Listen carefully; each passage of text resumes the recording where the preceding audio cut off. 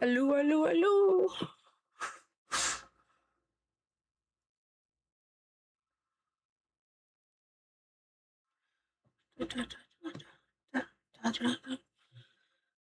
Hello, friends.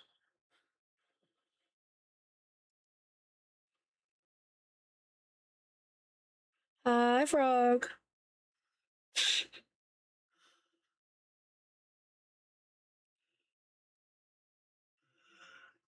If I could open the right window, that'd be great, and I'd start working on this stuff.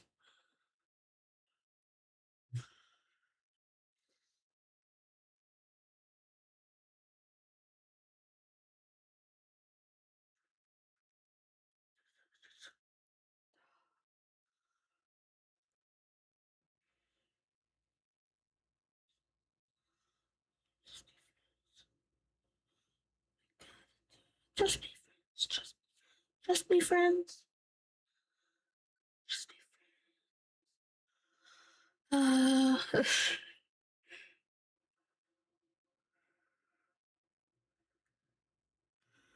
I'm starting on hands today.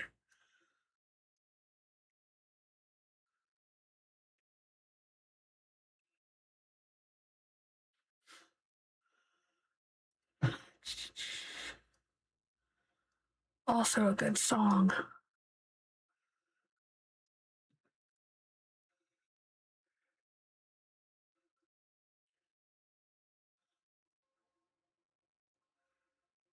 Oh, that's the wrong way the fingers go.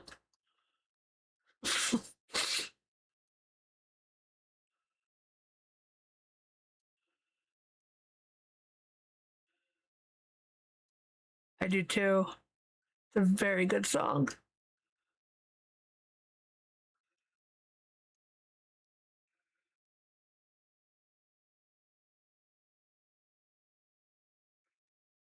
Um,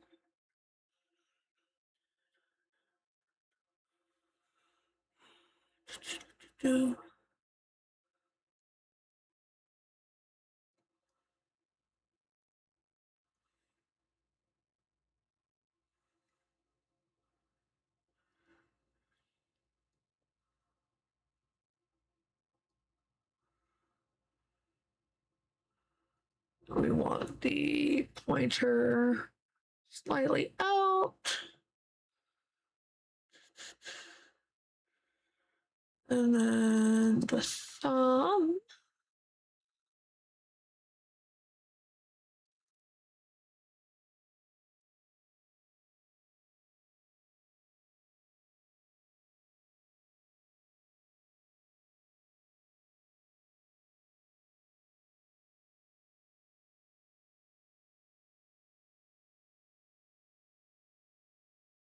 Vaguely similar.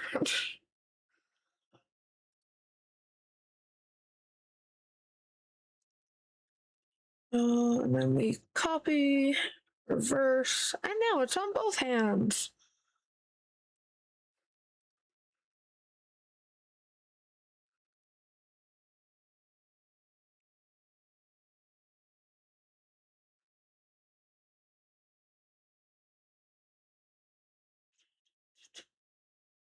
I keep getting distracted and groove into music.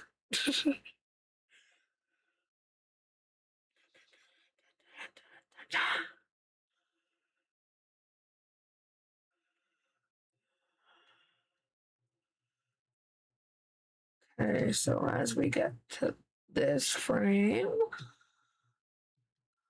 we want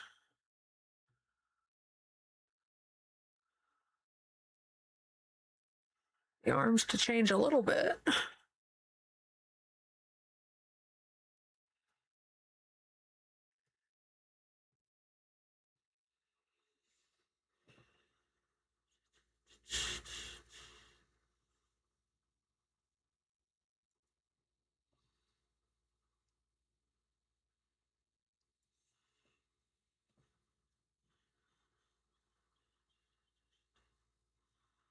Um,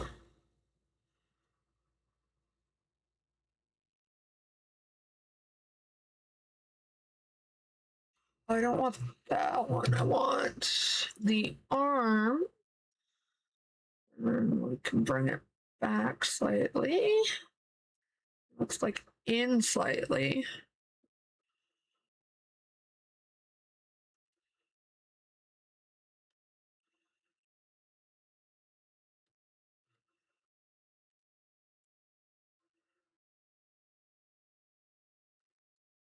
And this register.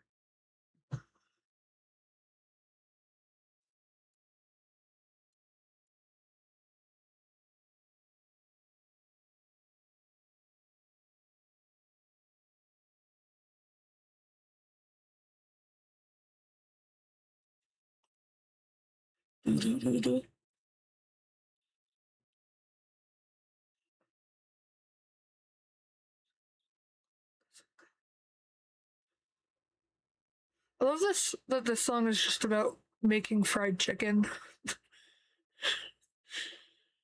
and then interrogating people with a gun on what the best dipping sauce for fried chicken is.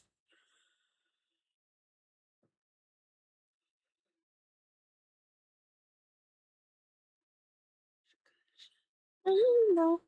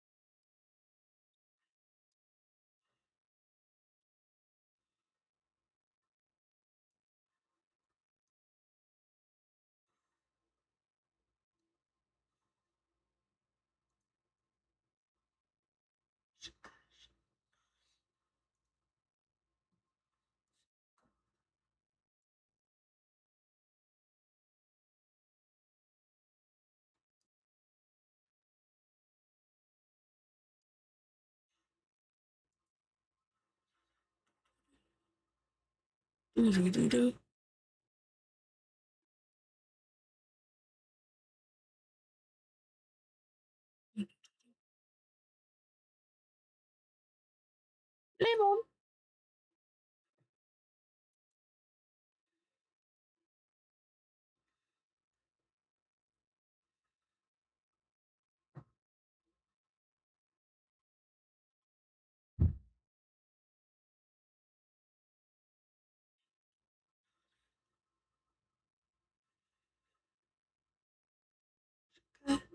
No, no.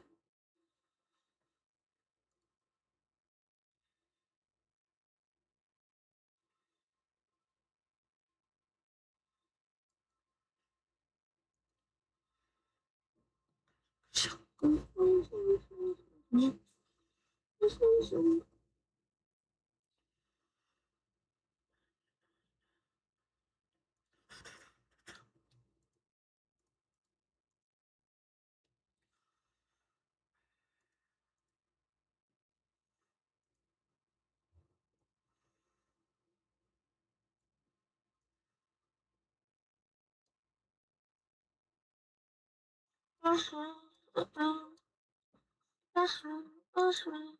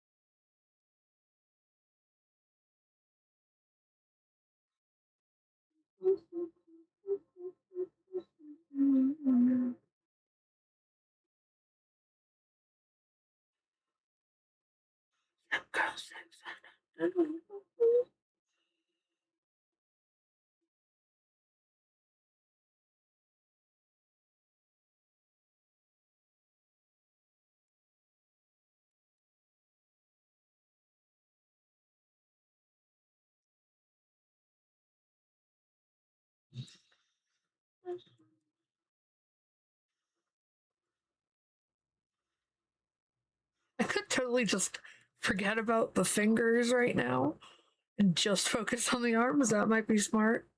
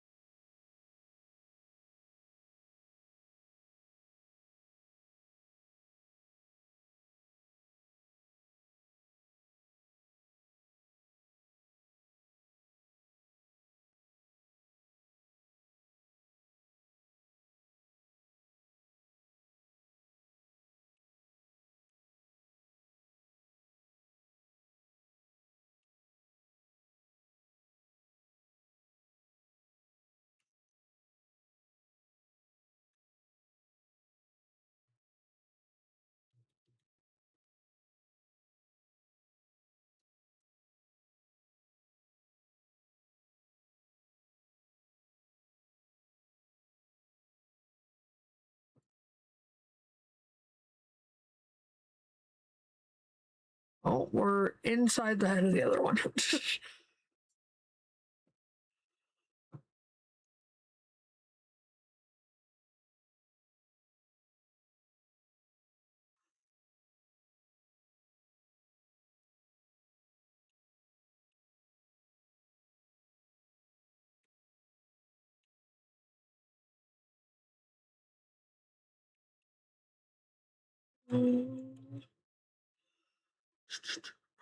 Go away.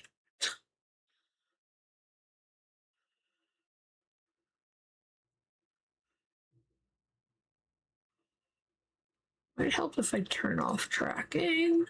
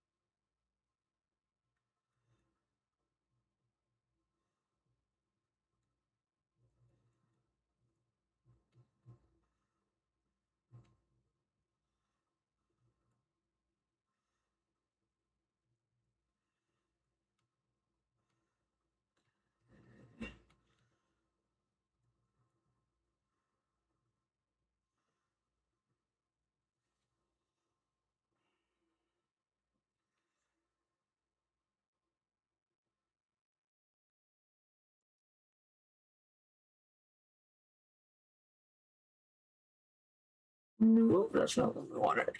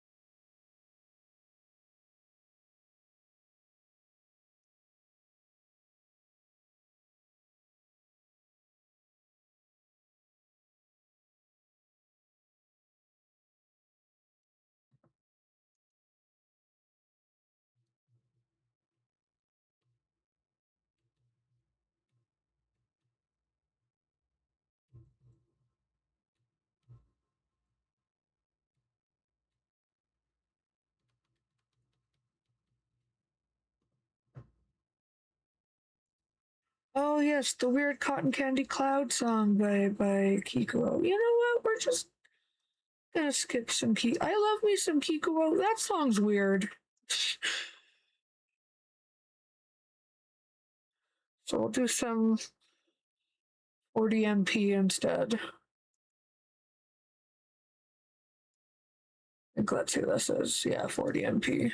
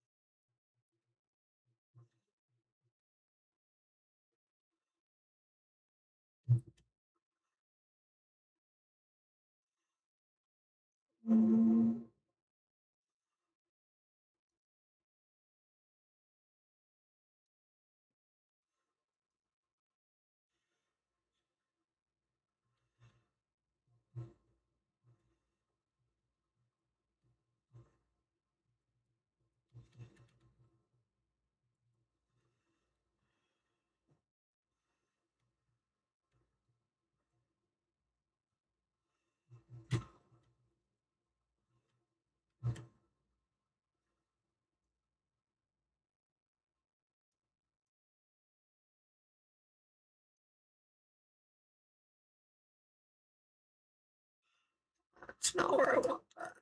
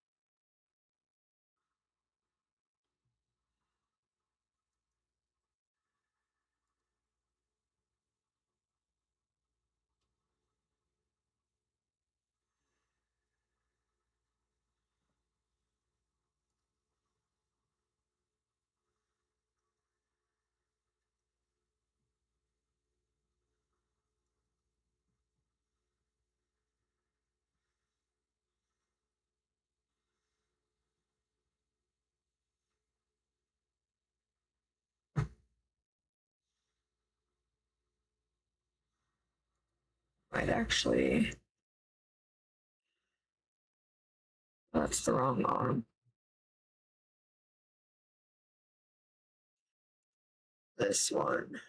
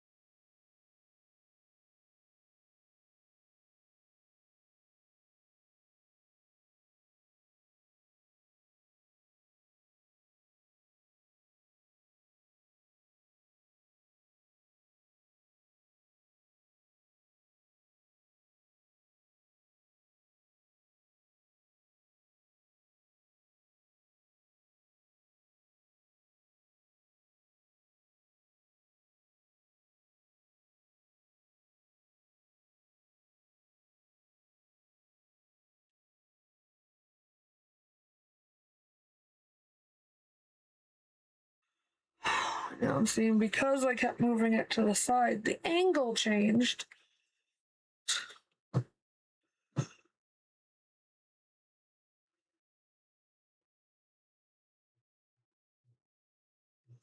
We're good there. It's just when we get. Oh, I'm not even tracking still. God damn it.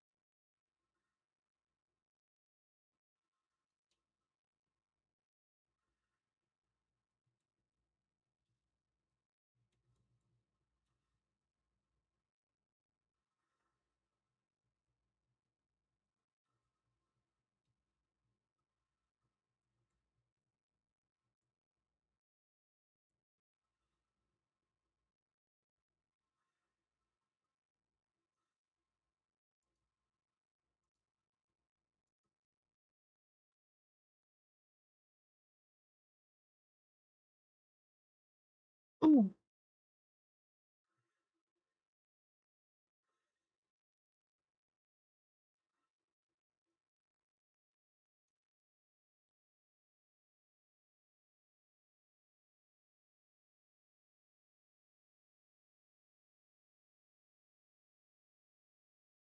Yeah, that looks better.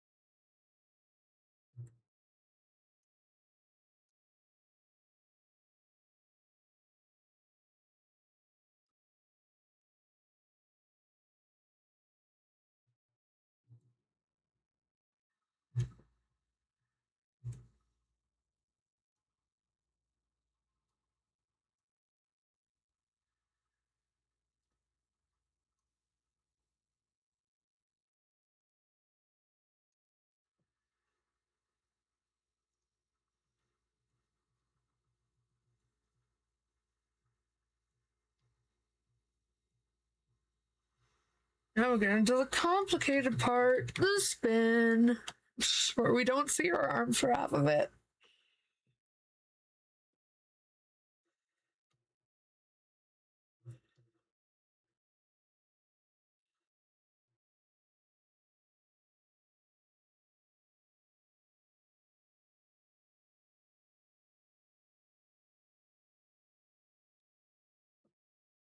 I'm thinking maybe I need to readjust the camera.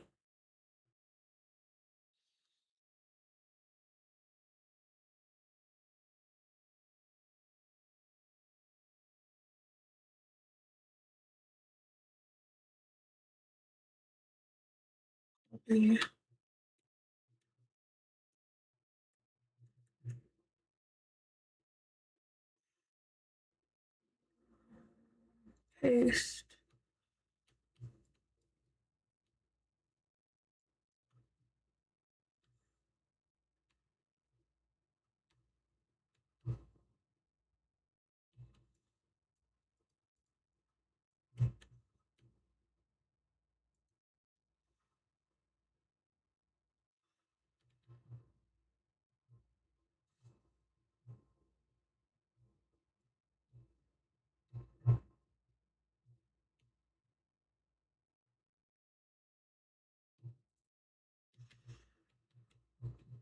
Okay, the camera does start moving here.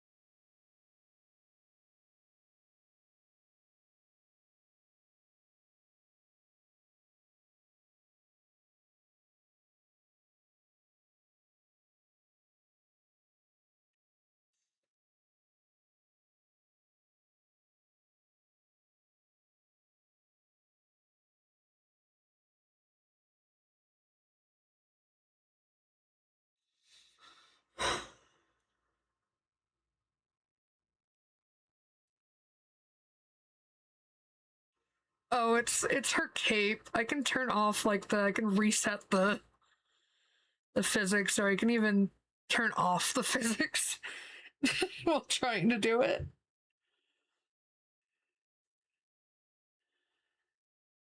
Oh yeah, that's fine.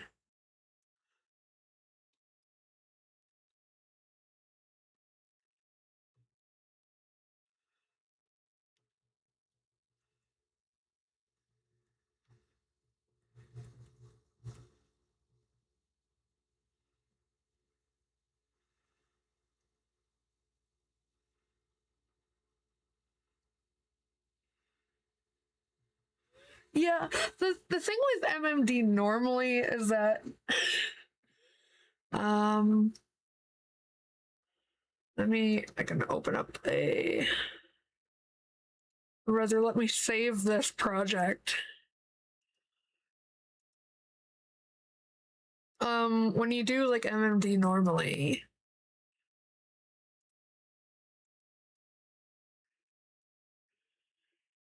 you start out with this, and then like you can load in a model. We'll just use the same model because that's easy. And then like you can just load in motion data. If I go to, one sec, motion, sure, let's do this one. I don't know what characters those are. Never mind. We'll just do the last project I did.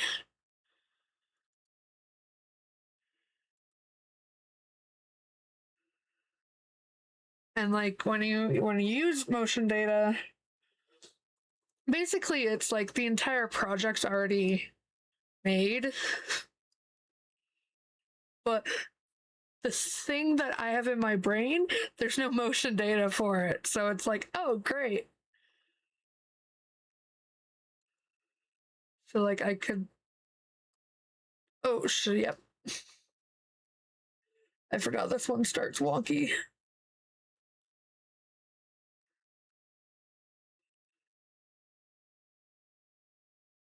I mean, yeah, there's also ways like when you do ones like this, oh yeah, you can see like her feet are a little wonky, or like her arms go through different parts of her. Yeah. So like you can have like projects like that. And I did one like that. Oh, it's being angry at me. Specify the model and load. You don't see me going through all my files, which is funny. The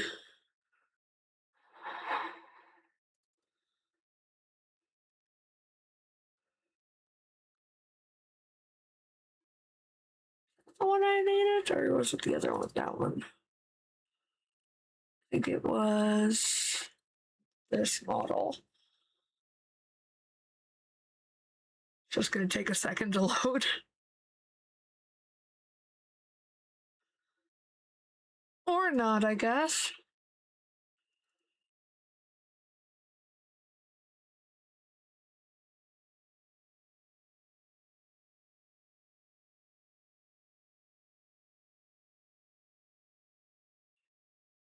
Oh, it's being angry at me, so maybe not.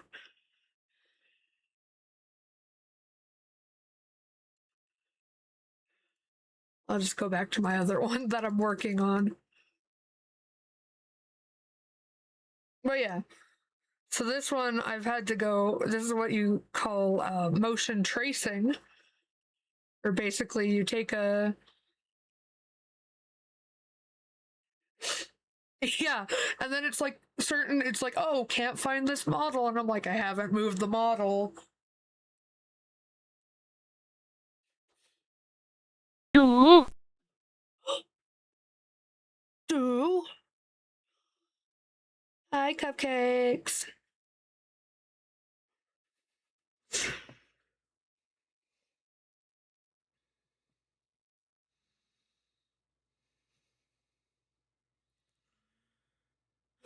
No, the other way is kind of cheating when you already like cuz like people like rip it from like dance games. So they rip the animations and then you can kind of shove it in this. I'm doing good, cupcakes.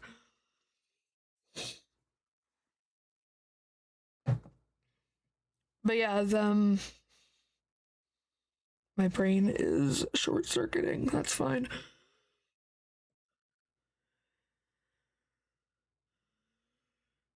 Yeah.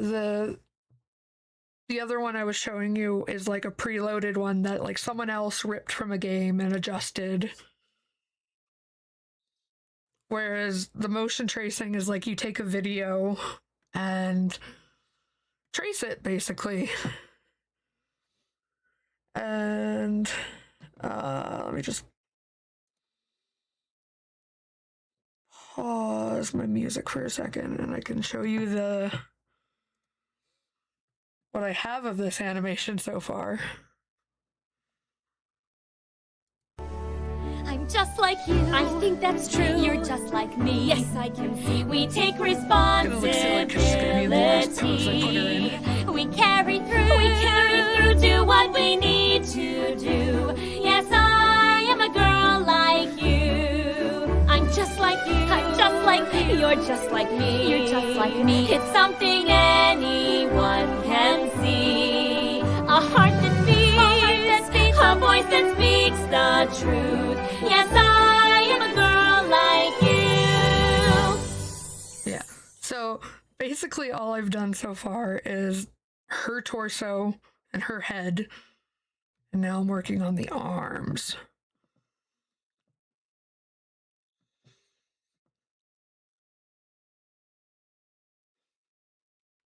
Yeah, basically.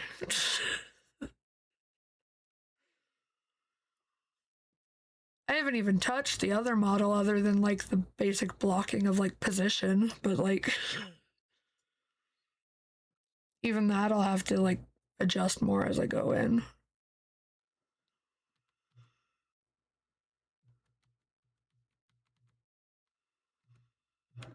Music.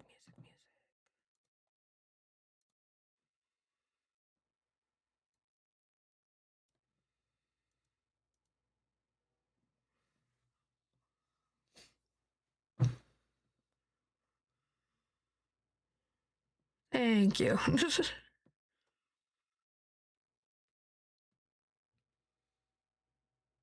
Oh yeah, I'm already like comparatively faster than I was before. Because I did a whole bunch of like edits to the previous one I did because when I put the motion on the character, her hands would like phase through her boobs or her sleeves would go crazy. So I had to like adjust parts of the animation so it looked a little better. But this is doing it all from scratch.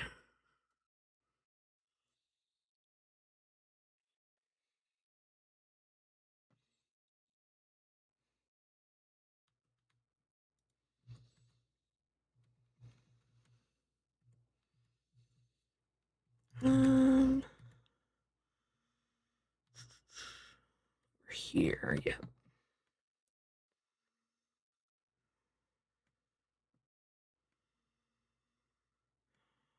Actually, it looks like even her body.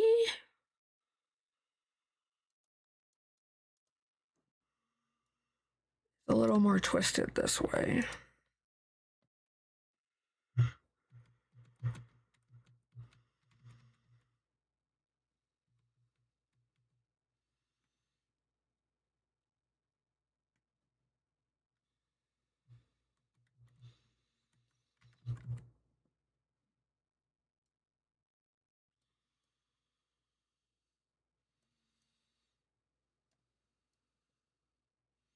Oh, it looks so funky with the physics off. Her cape's just woo.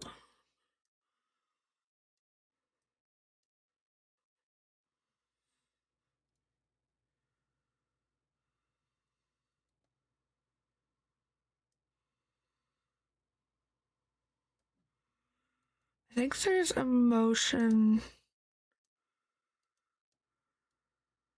Nope, that's still funky. There's like the anytime one, which I think is a little more like less jittery than the other one. Say that now, but now it's gonna be like it's this part that makes it jittery. It's the back and forth of looking at the frames.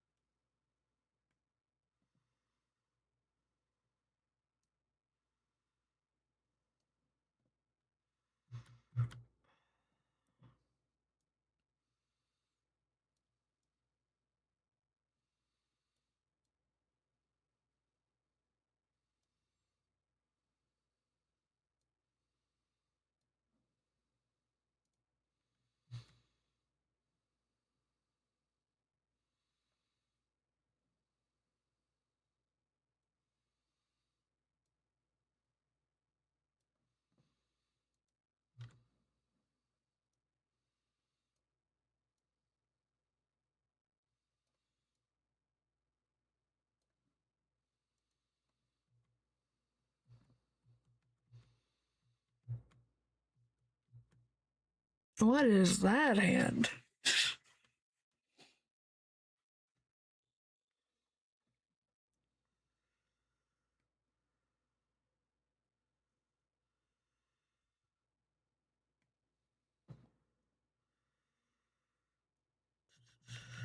Back all the way up to upper body.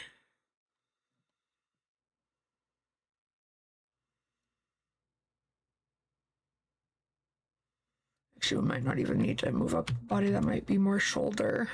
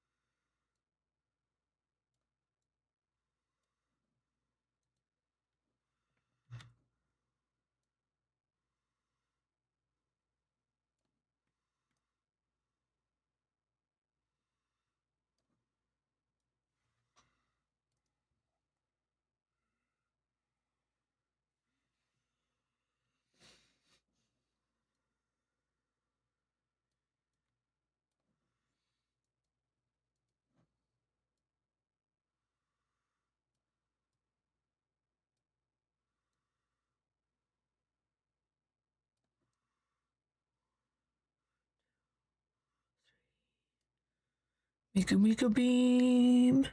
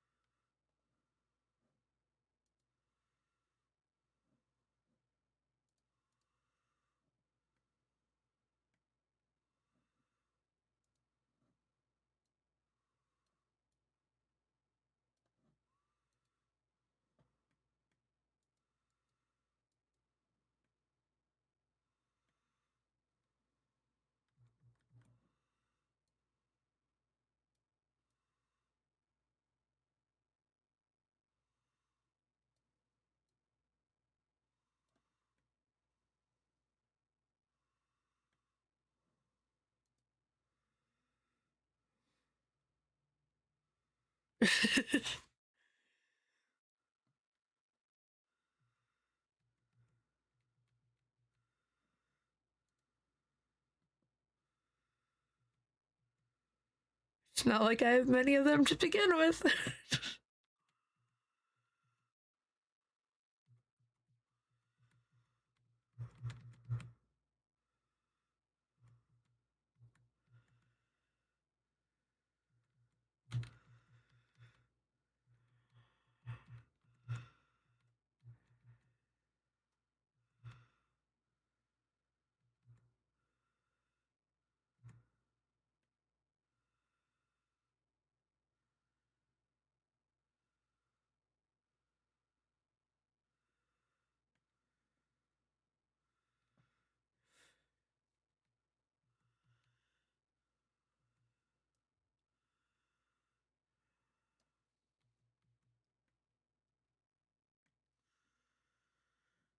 Okay, now for the other arm.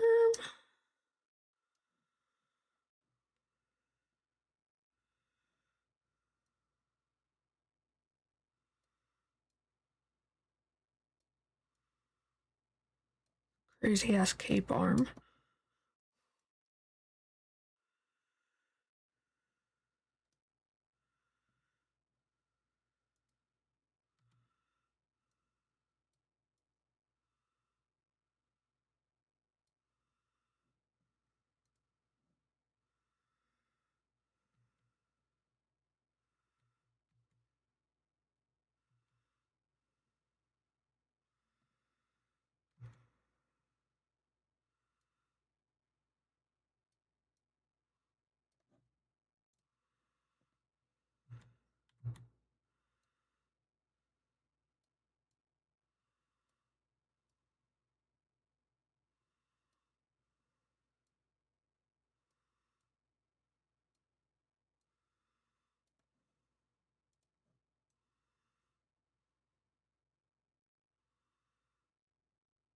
Oh, what is happening to her sleeve there?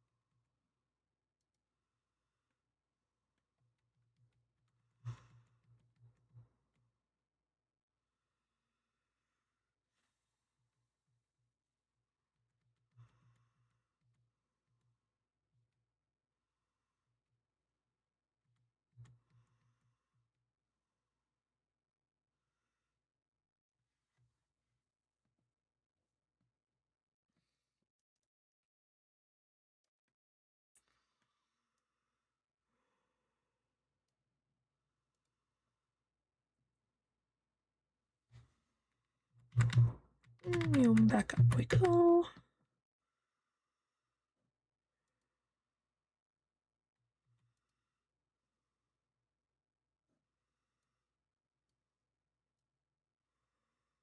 Whoa. Your shoulder's gone.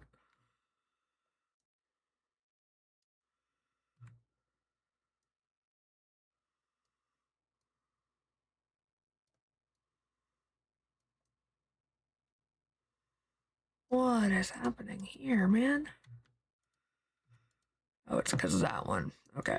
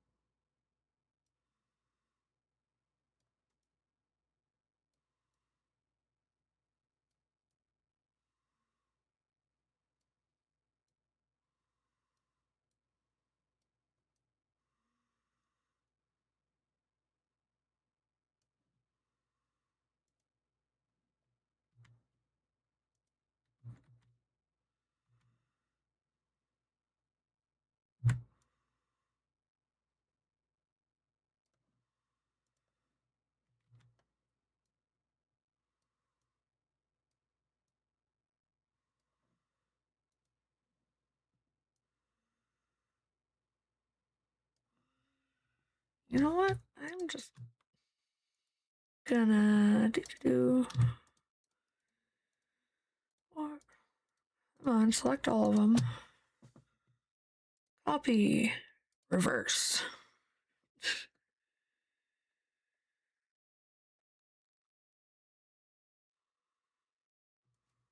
I did the wrong part. There we go.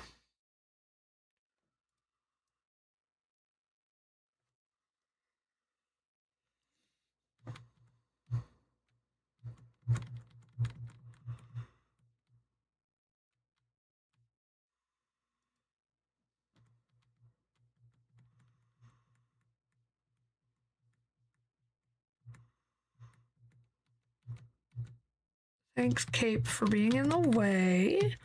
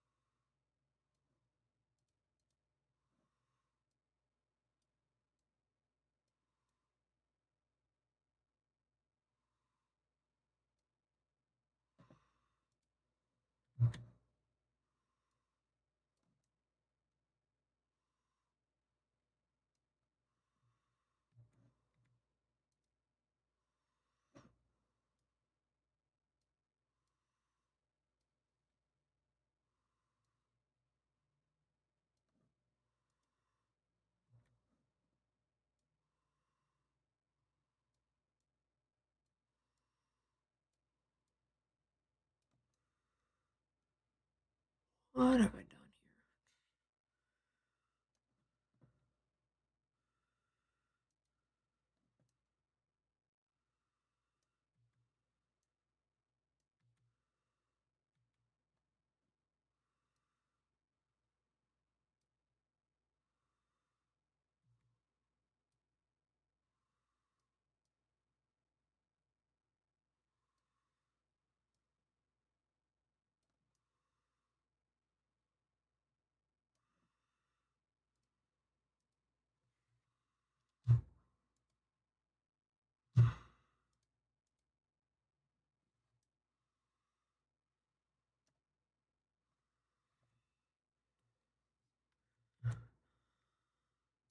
This is the first Vocaloid song I ever heard.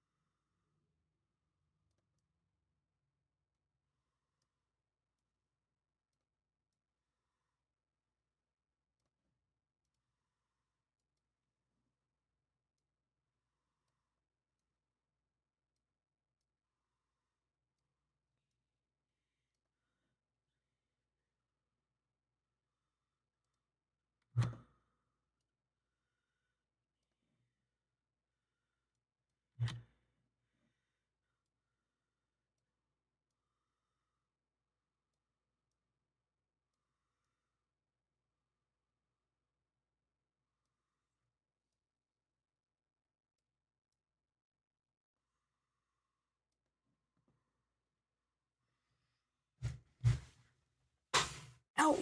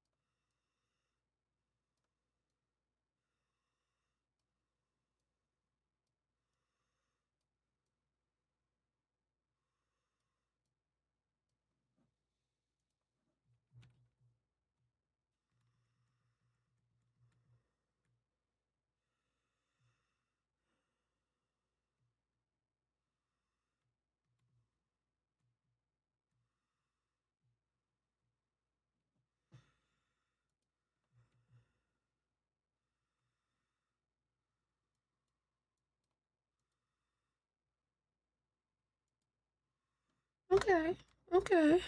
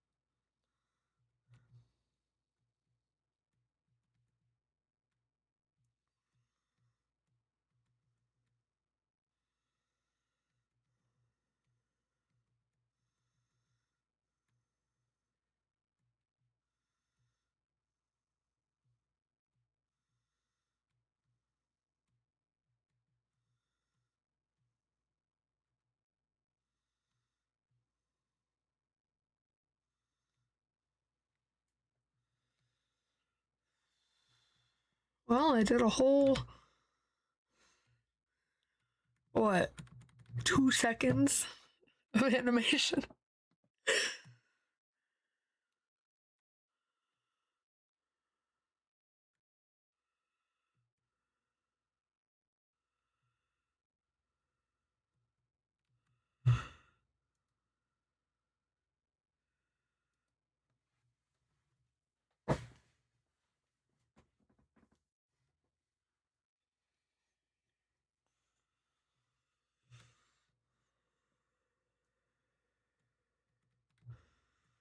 And the other girl's just A posed.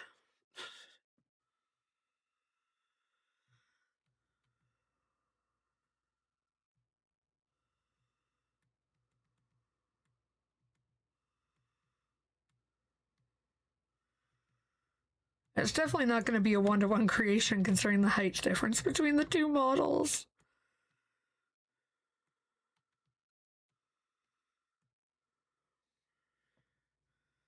Whereas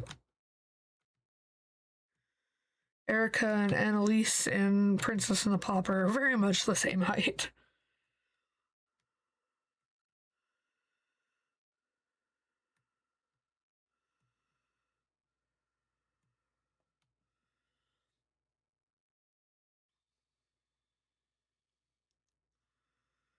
Odette and Eula, not so much.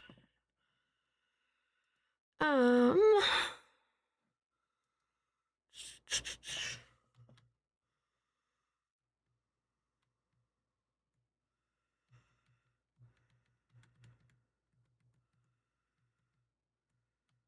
she keeps her hands up for a while.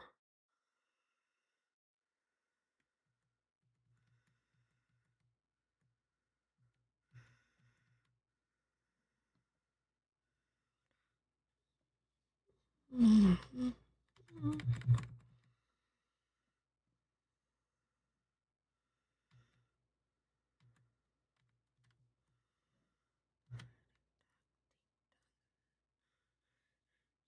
Ding ding dong, listen me this all.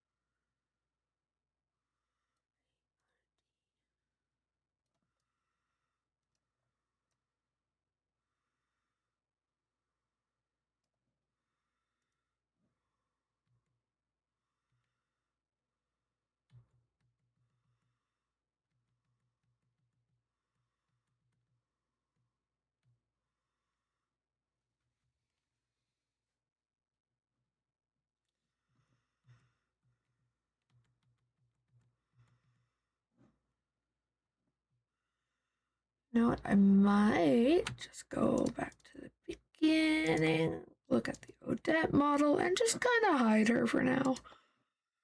We'll bring her out when we actually have to work with her.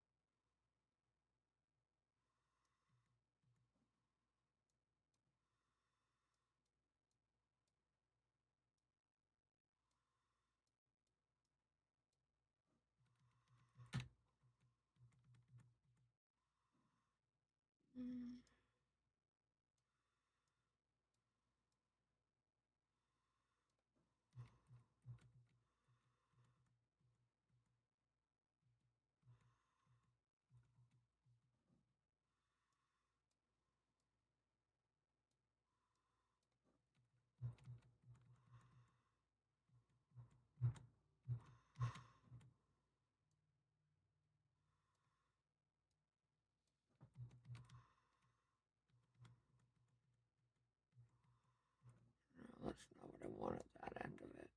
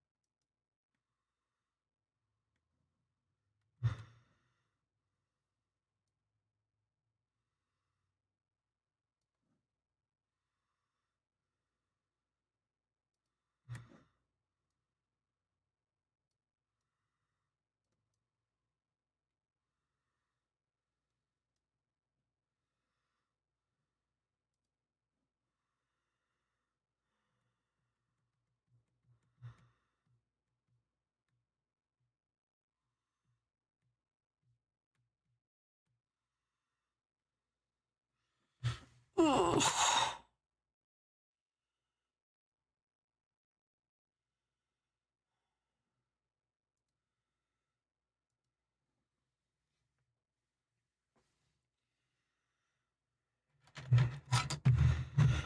I think I'm gonna switch over to some Genshin now.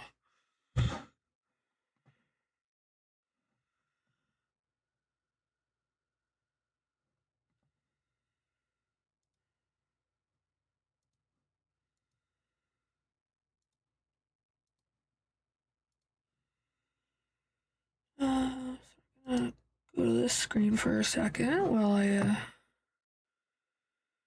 adjust stuff.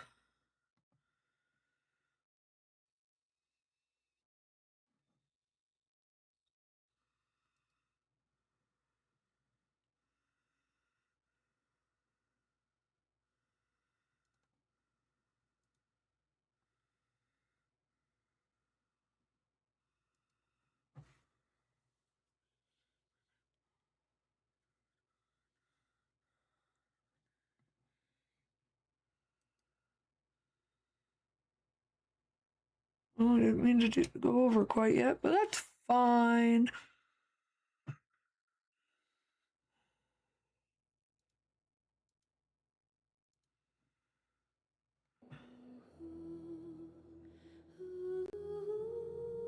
There we go.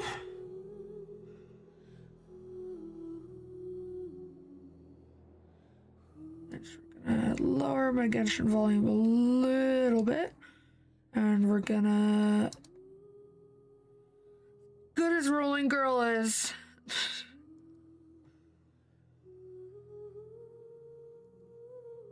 And then I need to go edit stream info and change to Genshin.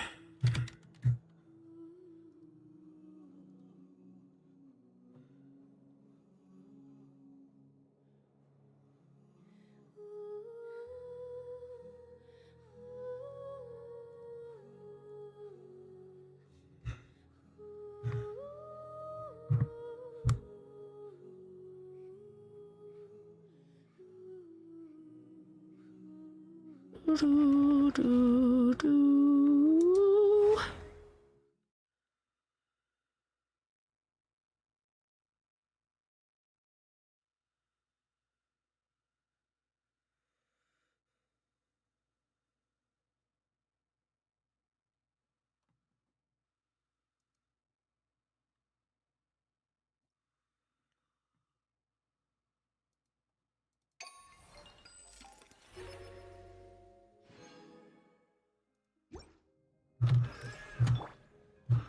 Choo choo.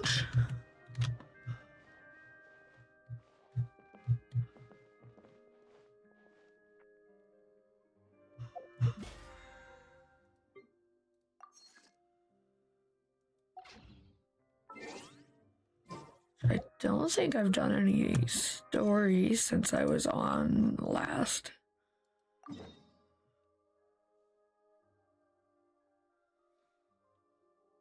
So back to the main story I shall go.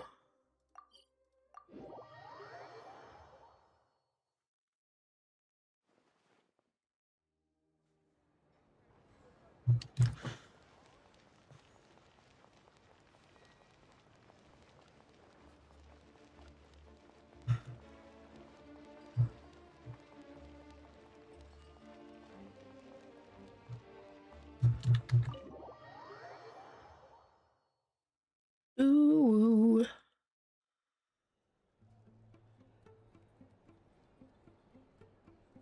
We come here often, so we shouldn't stand out. Let's sit here. Now, it's up to Vodyanitsa. Let's see how the conversation goes.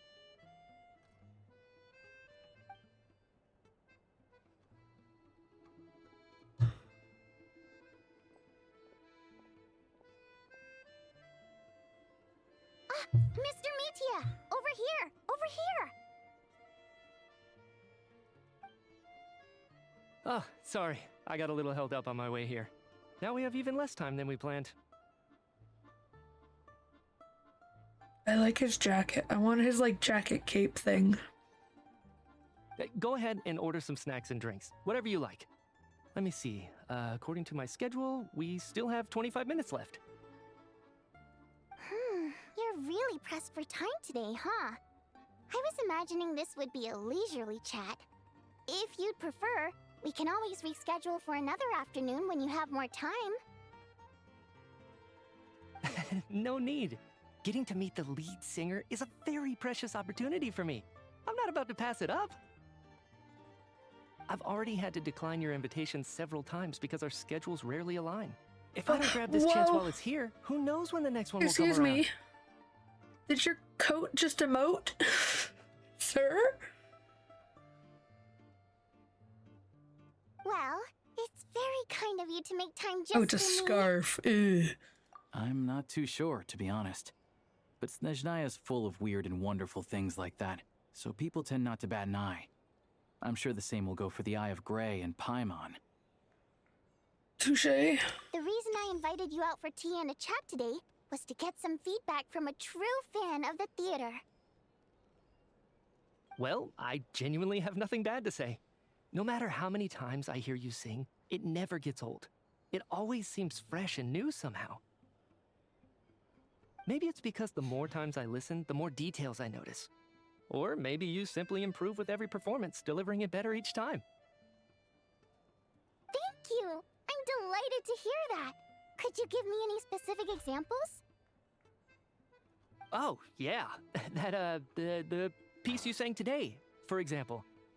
Beneath the Frozen River? Hey, what's with you? I'm just praising a good performance. I always used to find that such a bleak and lonely song. But the more you listen, the more you realize that it's not as cold and nihilistic as it appears. When you really dig down into it, there's a certain level where you're surprised by the emergence of hope. Wow, I'm impressed. I didn't expect you to pick up on that. Actually, I only tried out that angle after talking with a composer. Still, Beneath the Frozen River wasn't on today's program. Whoop. Oh, really? But it's a classic. You sing it every time. Not today. Almost every time. Oh, well then, let me say a few words about that other all-time classic, Flying in the Wind from the Mountain Sparrow. Bro's really putting his foot in his mouth, huh? Oh yeah, I definitely saw you perform today. But no. I didn't sing that one today either. My voice wasn't quite up to it, so I switched it out at the last minute. Oh, but, Sorry, Mr. Mitya, but you were at the theater today, yes? of course I was. Remember? I said hello to all the troupe members before the show started. You, Odette, and the yeah. others. So, what did Odette sing today? Elegy of the Snow-Winged Goose, of course. Correct. I see. I see. You find my singing boring, don't you? That's why you don't remember a single song. Looks like I'll need to cut a few from the program next time. No, that's not it. I swear. All right. I'll be straight with you. I'm sorry. My mind was wandering as you took the stage today.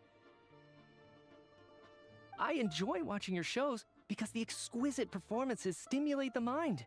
It always sparks some inspiration for my research. So, whenever I get stuck at Sure. work, I come to the theater for a change of pace. Odette's dance during the Elegy of the Snow-Winged Goose today was simply incredible. It got me wondering what she's been going through recently. That look of sheer defiance in the face of utter tragedy? It was so inspiring. Oh. I started scribbling in my notebook right away.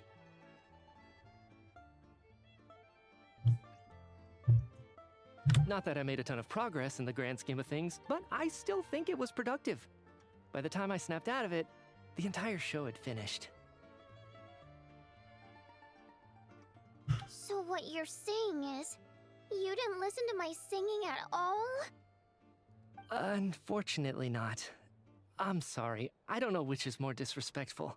The fact that I don't always come for the show itself, or the fact that I missed your performance. Seems like things are getting a little awkward. Mitya just stepped into a conversational minefield. If there's one thing Vodyanitsa doesn't like, it's people who show disrespect for her performance. Uh-oh. This meeting was so hard to set up. Don't tell me it's already falling apart. It's fine. I suppose this is affirming in its own way. At least, it shows that our performance really touches people's hearts, right?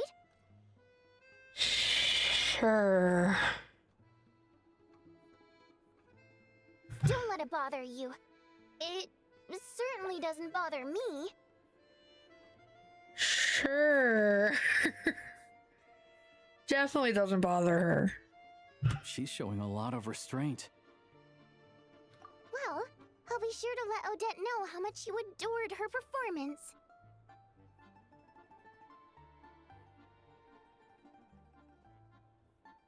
Please don't say that.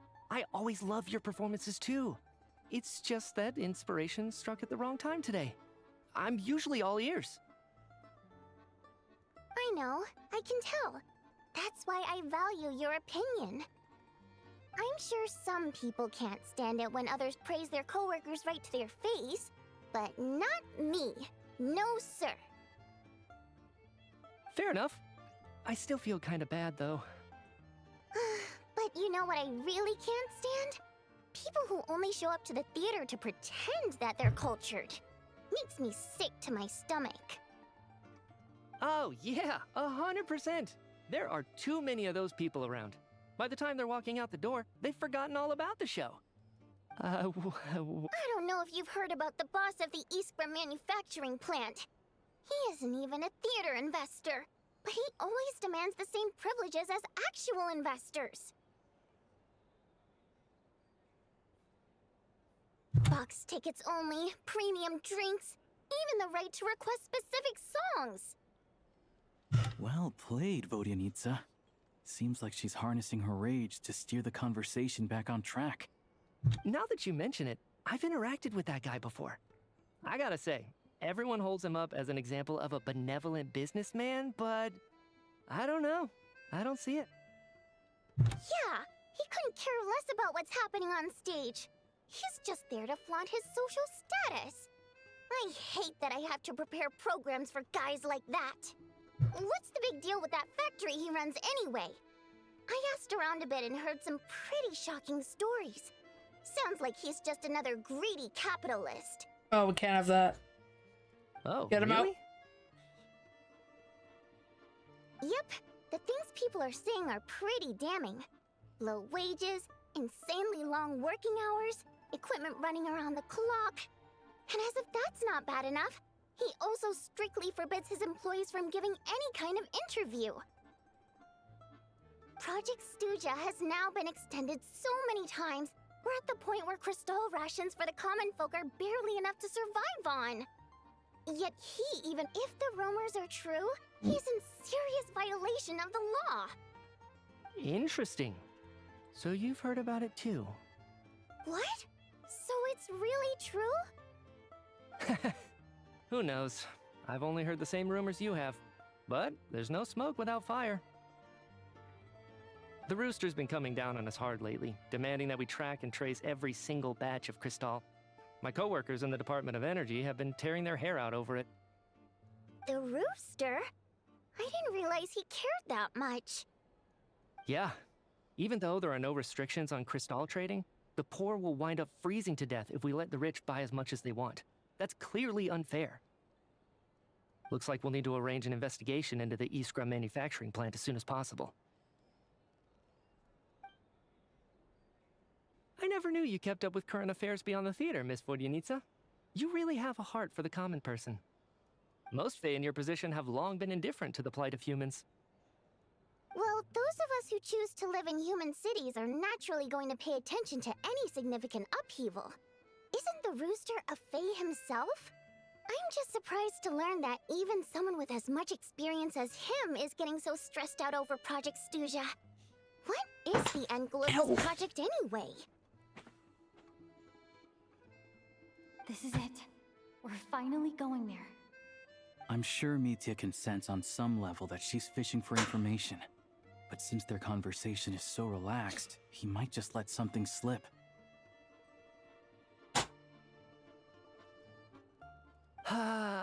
It's stressing me out too. If I'd only made better progress with my research, things wouldn't have dragged on this long. Oh, so your work is related to Project Stuja? That's right. The Armory Palace needs a brand new energy source. Not the power of the Light Realm, and not elemental energy.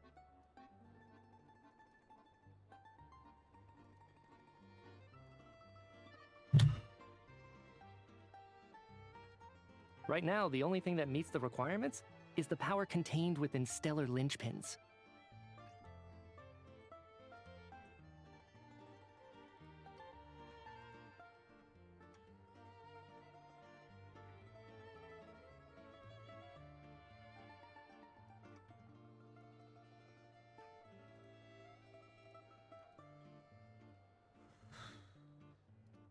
But harnessing that power is costly. Each step of the process requires enormous amounts of Kresnik crystal, from extraction to quantification to attempts at conversion.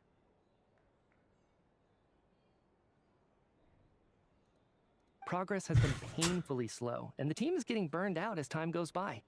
Sometimes I see people staring into space as if in a trance.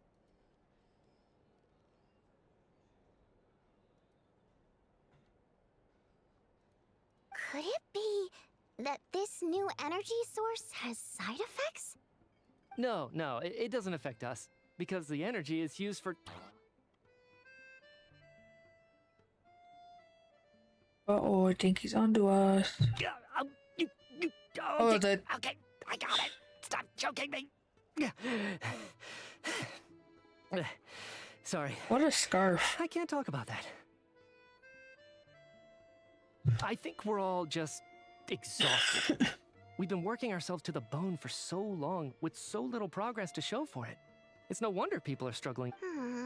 Seems like I owe you an apology. I shouldn't have gotten so mad at you for not paying attention during the show. Don't worry about it. I count myself lucky, to be honest. I don't envy the people who work closely with the Tsaritsa herself.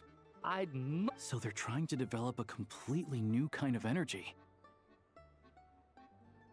Yeah, censored by a scarf. Who would have thought?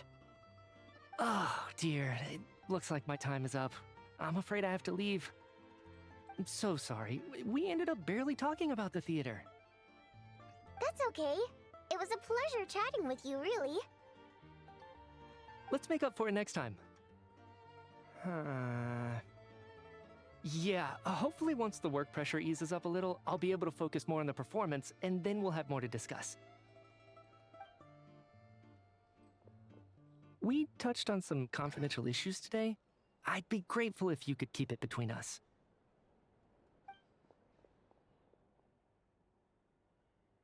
That could have gone worse.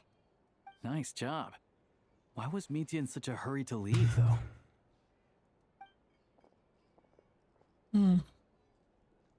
Sorry, routine inspection.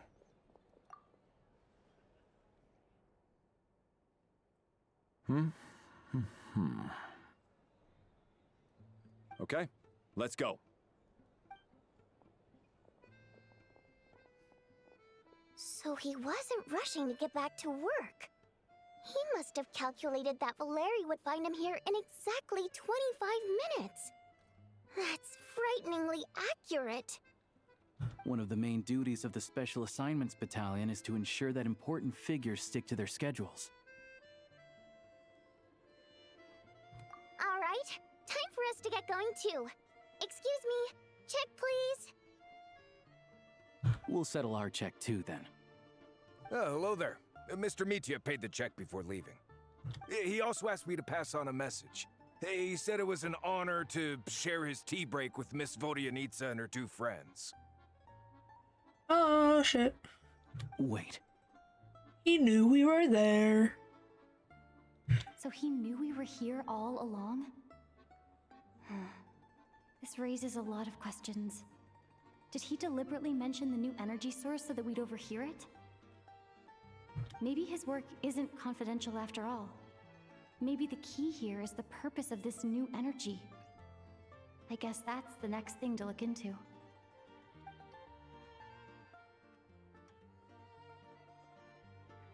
Vodianitsa and Alosha have both left. Time to head back and call it a day.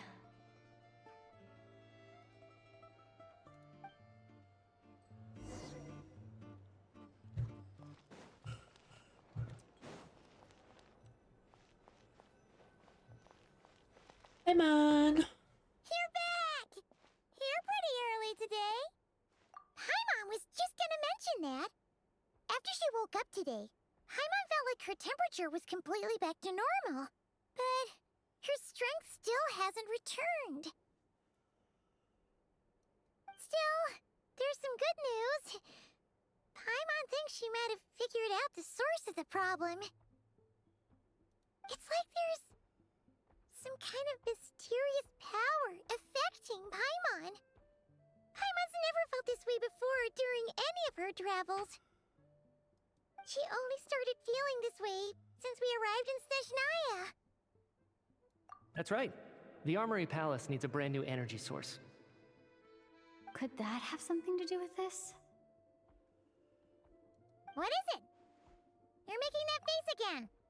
You know, the one you get whenever you have a light bulb moment? Explain.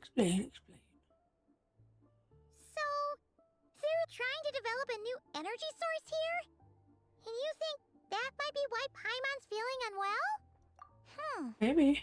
Well, Mitya denied that the energy they're researching has any side effects.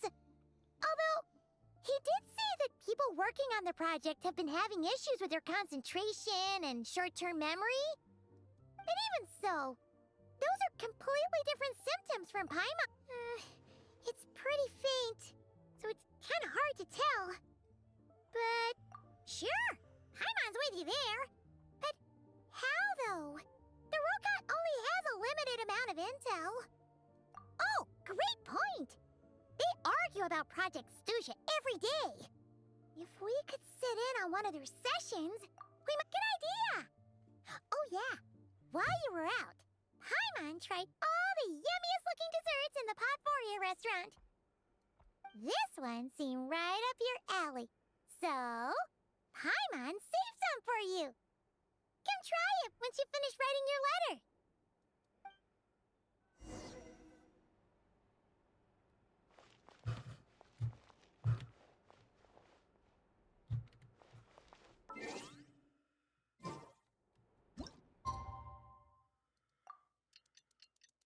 I love the built-in waiting mechanic.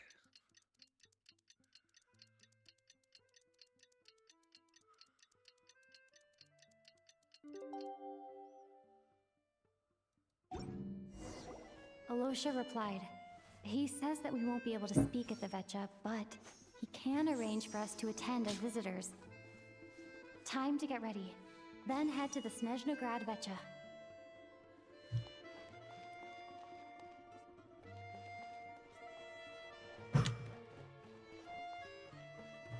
Whee!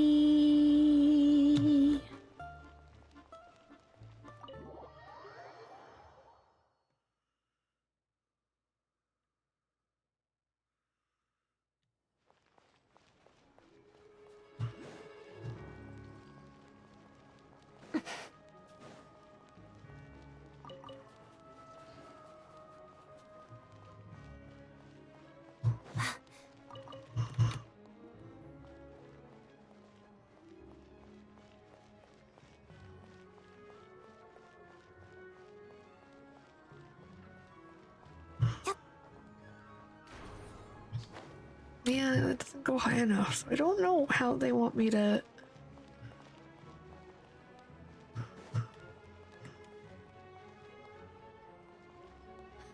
get up there.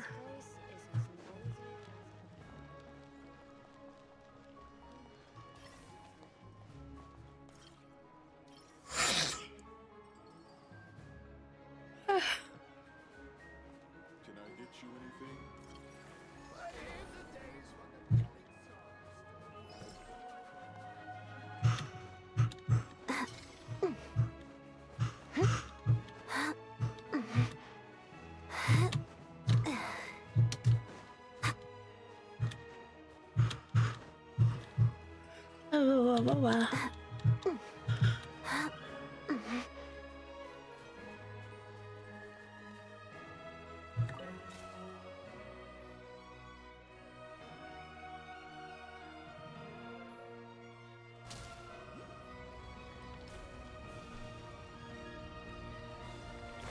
No, okay, but that's the right idea.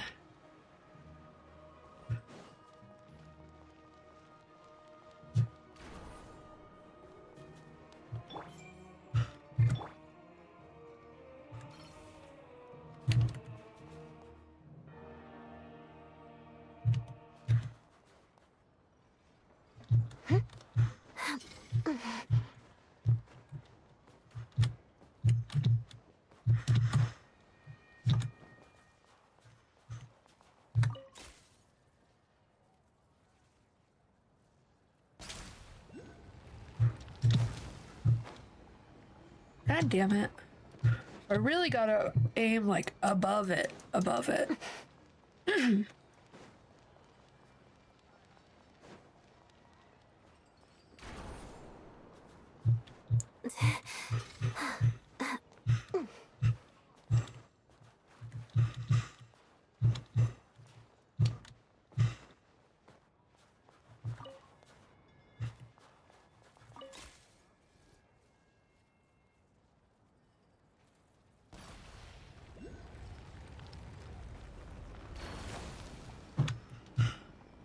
Am I like, do what? Huh?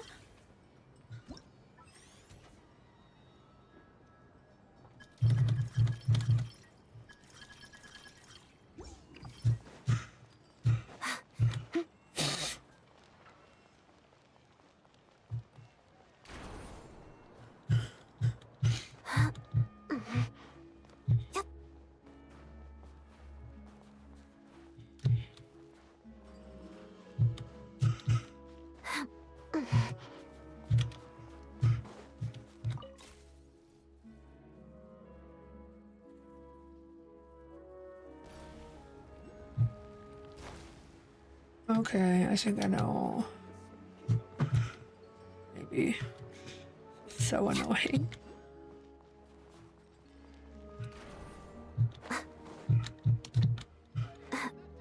Come on, come on, come on.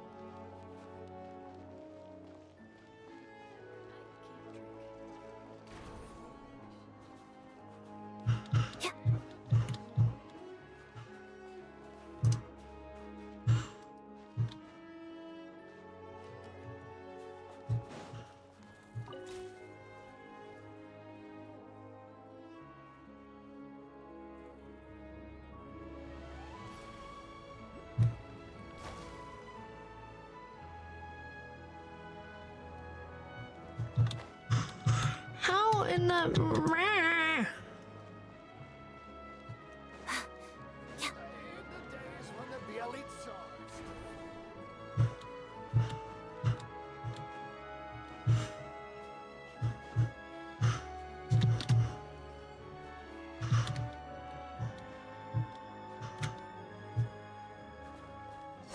Together.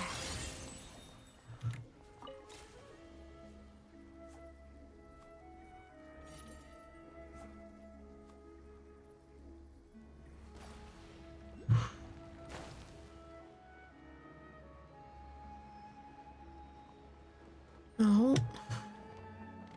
That has to be like how they want you to get it.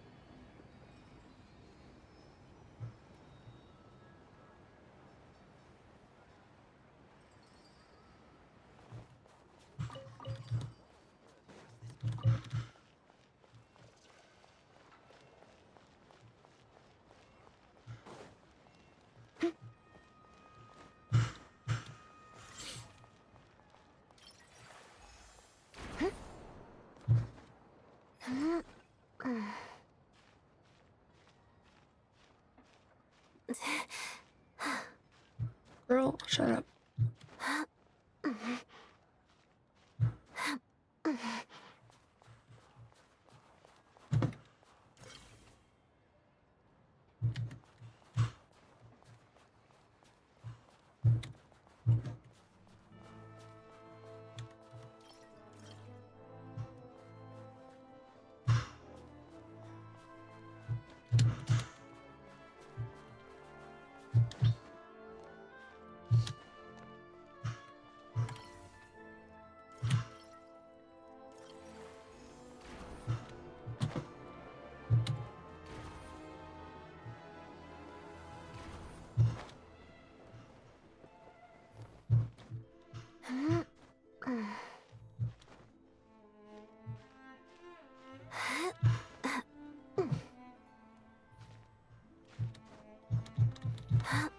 Of course.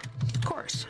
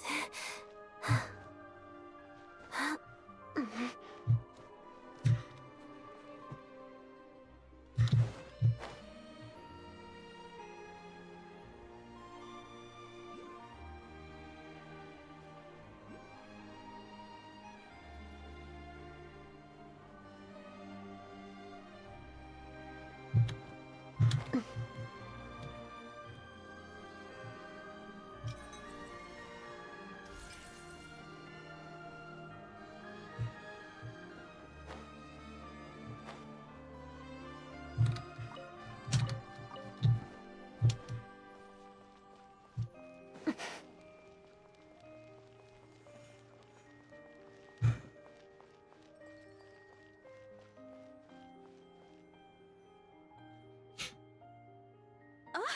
Miss Vodianitsa, prima donna of the Korolievsky troupe. What a surprise meeting you here. Will you be sitting in on a session of the Vetcha? Sorry, I'm not taking interviews today. Oh good, you're here. The session's about to begin. Let's get inside. Please wait, Miss Vodianitsa. Could you introduce me to your new friend? No. She cannot.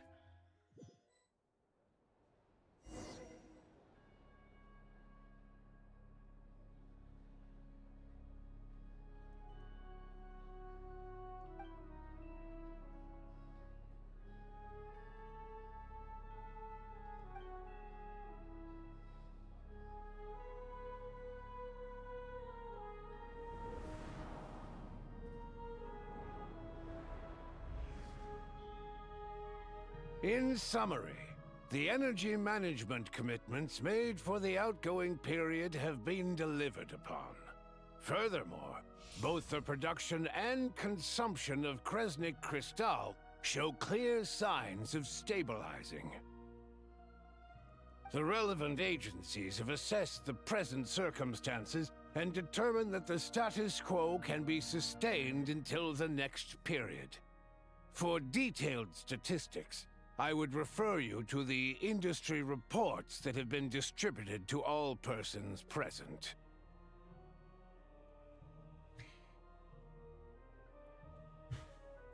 It should also be noted that while the recent blizzards have led to a significant increase in people's energy expenses, this is strictly a short-term phenomenon associated with a remotely located monster.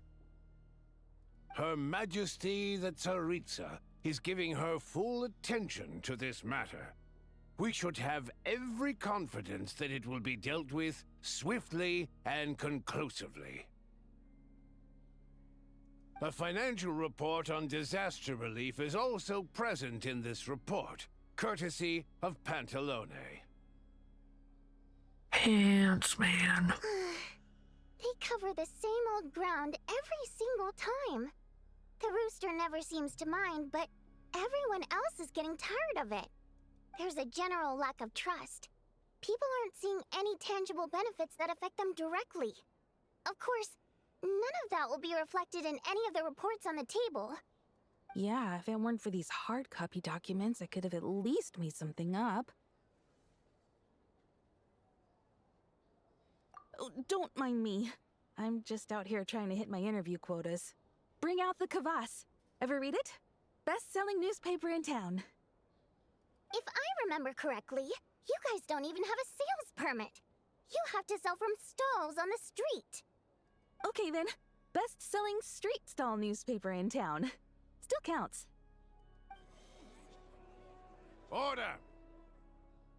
Order, order. We will now open the floor to the representatives. If there are no further substantive issues to discuss, we will then proceed to a vote on this motion. Snezhnaya has a long tradition of treating members of the Fatui armed forces and their dependents favorably. But recent surveys shows that Fatui families in remote areas have access to 15% less crystal than the average civilian family in Snezhnograd. It's been said many times before, but it bears repeating now. There needs to be a clear and consistent rationale behind how crystal is allocated, or we will soon face immense public backlash. Perhaps you wouldn't need to keep repeating yourself if you would hear me out for once. I say again, true consistency exists only in principle. In the real world, fairness is relative. J. Michael Tatum, he's a great voice actor.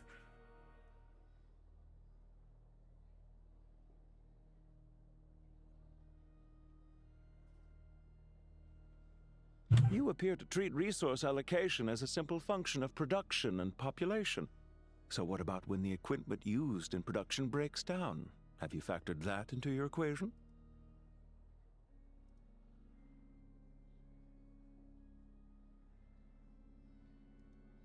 And do you even know how long it's been since Snezhnaya last conducted a census? If I knew the answers to questions like that, I'm sure I'd be a very wealthy man. And I doubt I'd be going by child. I'd like to bring the focus back to the specific issue I raised. Or do you wish to deny that favorable treatment for Fatui dependents is our long-standing policy? It's easy to be a critic when there's no accountability. That seems to be a running theme in the anti-Project Stuja cohort. Defeat the ringleader and all other problems will magically resolve themselves. That's what they seem to think. But in case you aren't aware, not one jot in my report would change whether Project Stuja continues or not. So you have no intention whatsoever of finding a solution to this problem? On the contrary, I'm the only one here who ever brings solutions. Child opened by speaking up for the armed forces. Regraders struck back with style and a war of words ensued. Our reporter was live on the scene to get the audience's reaction as it all unfolded. Who do you support? The people have spoken! Child received raucous applause from the crowd as he pushed Regrader onto his back foot with a Now you see why they don't have a sales permit. However this reporter wants to spin things, I haven't forgotten that Tartaglia was representing the Northland Bank when we first met in Liyue.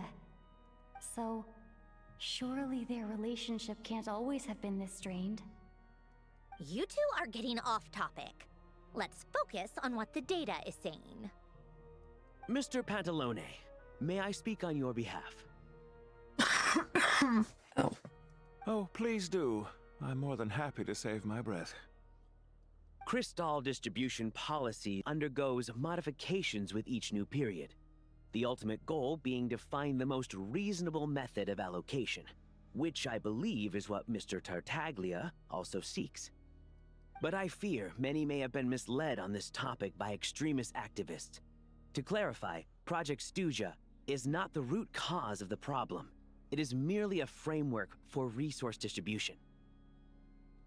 The most recent reports all point to Snezhnaya's resilience and adaptability during this period of fine-tuning, and give clear indications that a distribution framework is improving with each iteration. To make drastic adjustments without first considering the risks would likely do more harm than good. It would be a waste of the hard-won experience we've gained to date. Renowned scholar of finance, Arapov spoke up to clarify the fiscal logic, clearly alluding to social organizations like the Rokot in his words. With the notorious Lelex still active to this day, should the Rokot be held responsible? No, there is someone else to blame. She's just rephrasing what Mr. Pantalone said. The Rokot are the critics he accuses of taking no responsibility for their actions. As for Lilac, you won't have heard of him yet. He's currently the most famous member of the Rokot. Well, more like infamous. Ending Project Stuja has become an obsession for him.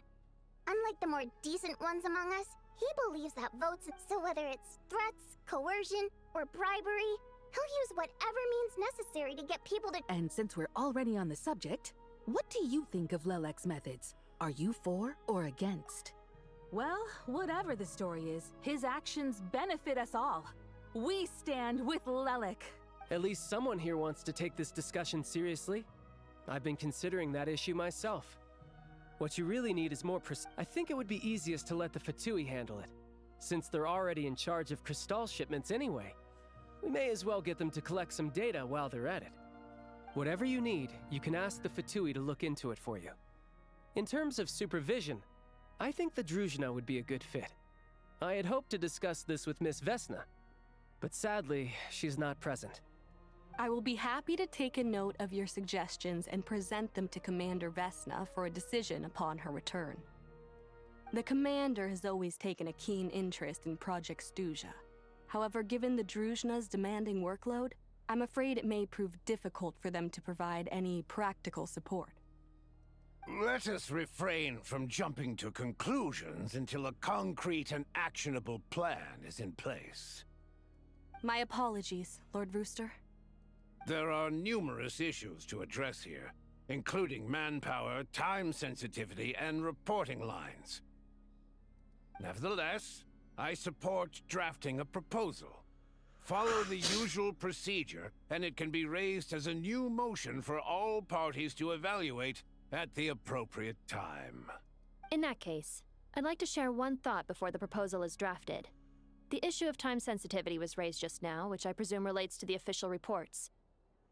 In fact, the Energy Commission already collects regular statistics on each urban center and its surrounding area. That's a good idea. I read every issue of Svietlo Lidovka's report, and although my focus is mostly on the section about equipment operation, the energy consumption statistics also yield a lot of insights. Be that as it may, does no one see an issue with using local data to determine Crystal quotas? In the long term, it seems like a very risky solution.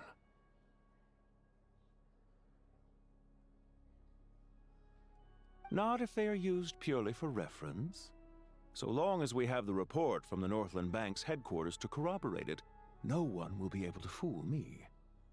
Very well, then. It appears that this arrangement is acceptable to all. Yeah, sounds good to me. The members reached a provisional consensus on the issue of improving treatment for Fatui soldiers.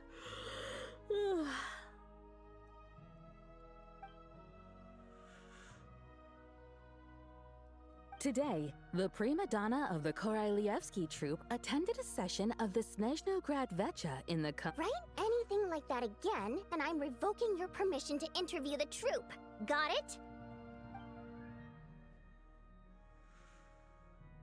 In the industry, all parties take the opportunity to express their stance on Project Stuja. Carries on writing her sensationalist report. but after a while you start to feel that reading the news from her might actually be more interesting than being here in person. Now then, if there are no further contributions from those present, we shall proceed to the final vote. Hey, check it out! What made him vote against? Why now?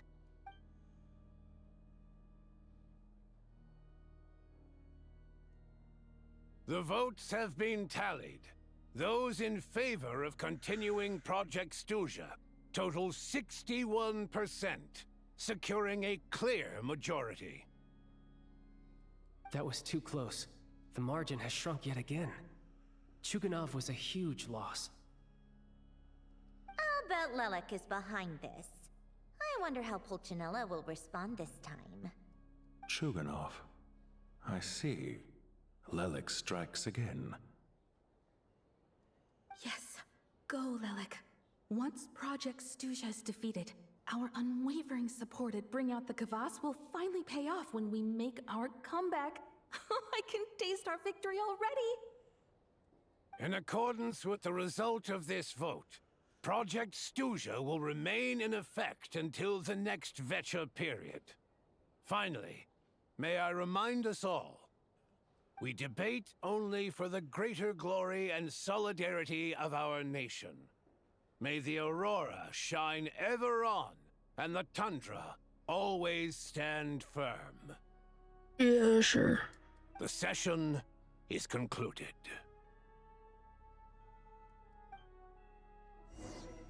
Why does that whole section make me sleepy?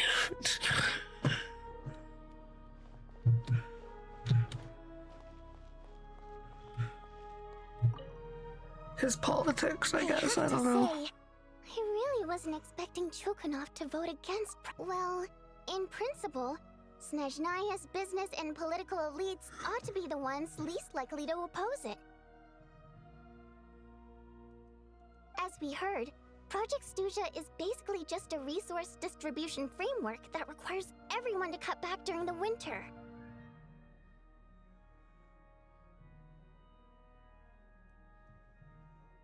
But even if the policy got cancelled, the Tsaritsa's energy needs wouldn't suddenly go down. The extra demand from the public would have to be filled from somewhere. So logically, the factories would have to take the hit. I got a letter from Mr. Mitya just before today's session. He said he's confirmed that there are issues around overtime and excessive energy consumption at the Iskra manufacturing plant. In a situation like this, once the Rooster receives the report, he'll order the factory to halt, but that's a week-long process, and thus didn't make it onto the Vecha agenda this time.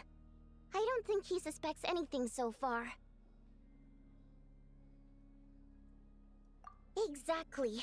And as you know, he's a very selfish person. I was originally gonna try and flip him after he received notice of the official sanctions. My plan was to convince him that rather than just sit back and take the hit while his factory stopped production, he'd be better off voting to end Project Stuja. At least that way, no one else would be able to make any money either, because all the factories would suddenly have more limited energy to work with. But now, he's already voted against it, which means someone must have used more forceful means to change his vote. Just like with everyone else who flipped.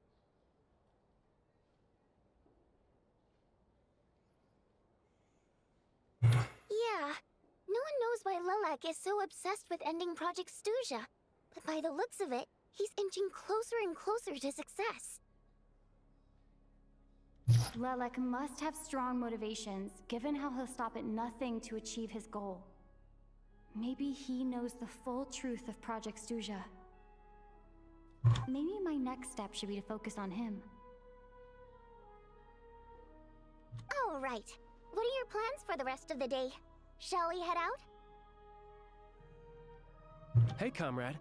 I noticed you were here during the debate. I didn't take you for a political enthusiast.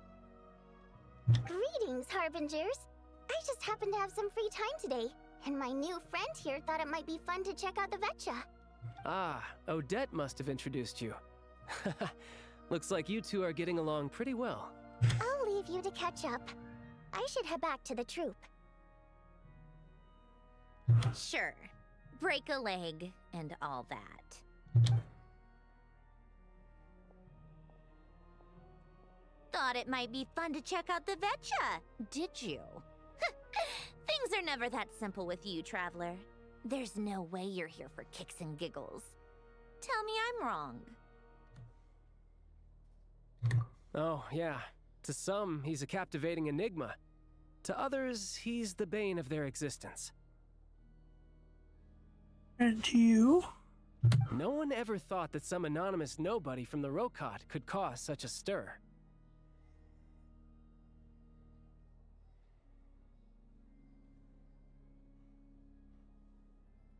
Huh? You want to look into Lelik? Then I'm sure his days of anonymity are numbered. What do you think, Sandrone? Fine by me, I guess. If the Traveler actually manages to expose Lelik, it'll be doing Pulcinella a favor.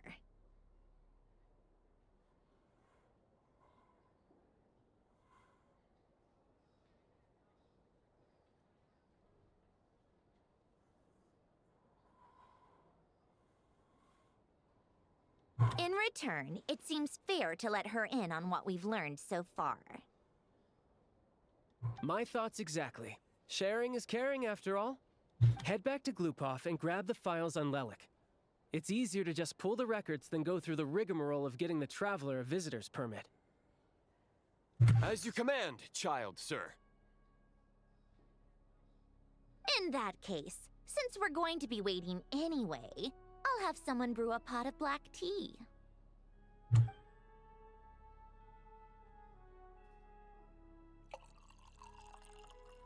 One common thread among the many incidents Lelik has been involved in is that the victims are all too scared to share any real information about him. Clearly, he must have threatened them in some way. His modus operandi is to silently infiltrate the scene and leave a threatening letter behind. But neither the letters nor the crime scenes ever yield any clues to his identity.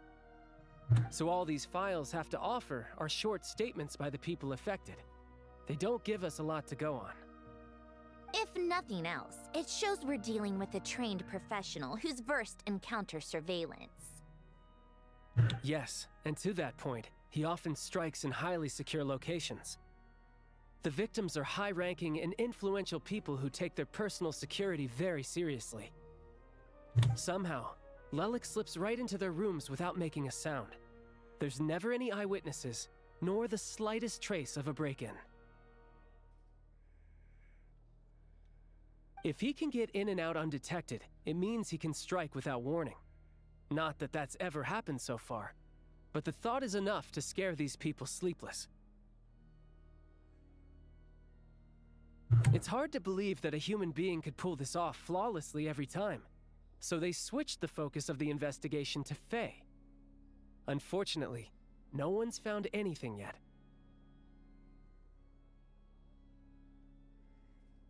Careful. Don't underestimate me. Although, truth be told, I'd probably find it hard not to blow my cover.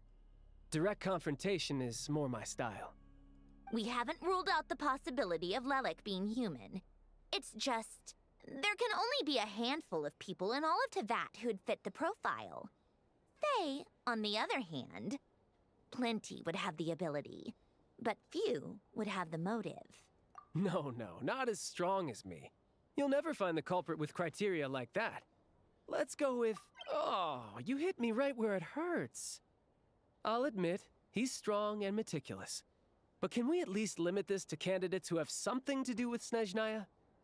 She's just trying to find a reference point. Stop getting fixated on who's stronger than who. But that's the most important thing. In my opinion, anyway.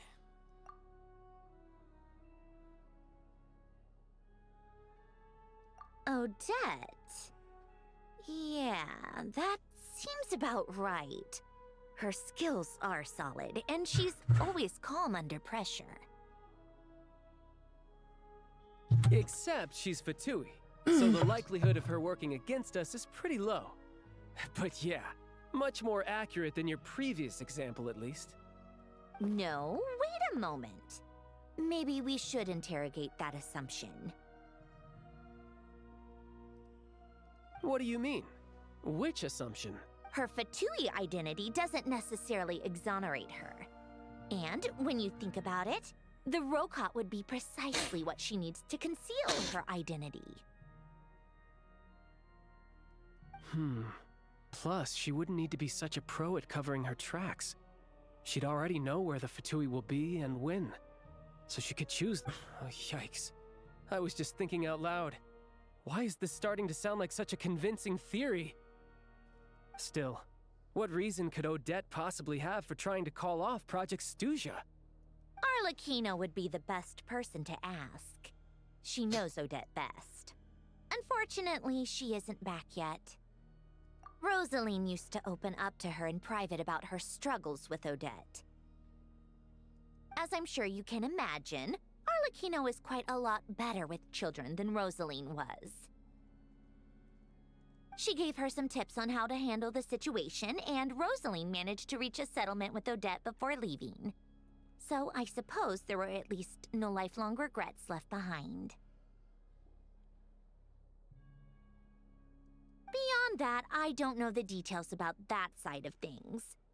But I do know that Odette definitely has a motive to hold a grudge against Project Stuja.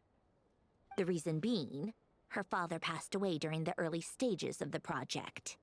That was back before it had been named Project Stuja, when things were still being worked out. But in essence, it's remained the same ever since. Huh. The more you know. Rosaline was always so self-centered. I never understood why she started paying so much attention to Odette.